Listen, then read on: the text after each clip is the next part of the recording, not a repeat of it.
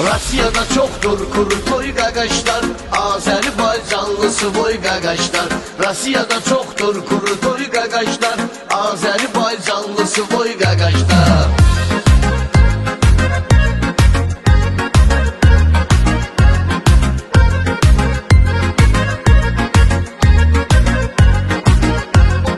Moskva, Yakutya, Kazan, Samara, Çita, Rostov, Kazan, Krasnodara, Yekaterinburg, Norilsk ve sonra orada da yaşıyor Zalatoy gagaşlar, orada da yaşıyor Zalatoy gagaşlar.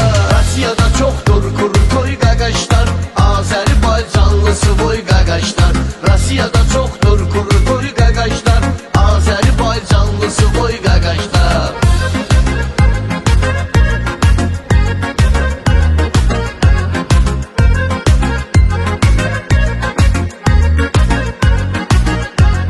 Novokuznes, Tomski, Novosibir'de, Kemerov, Barnaul, Jeviski birde.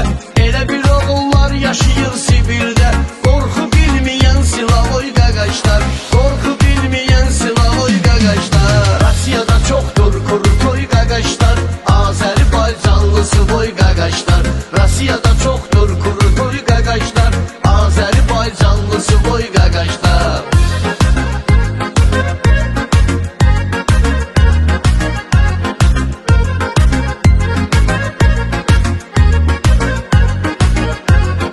Vladivostok, Naходка, Исулисские, Камчатка, Комсомол, Иркутские, Хабаровский, Красноярские. Size salam deyir Framoy gagaşlar, size salam deyir Framoy gagaşlar. Rusya'da çoktur kuru toy gagaşlar, Azerbaycanlısı boy gagaşlar. Rusya'da çoktur kuru toy gagaşlar, Azerbaycanlısı boy gagaşlar.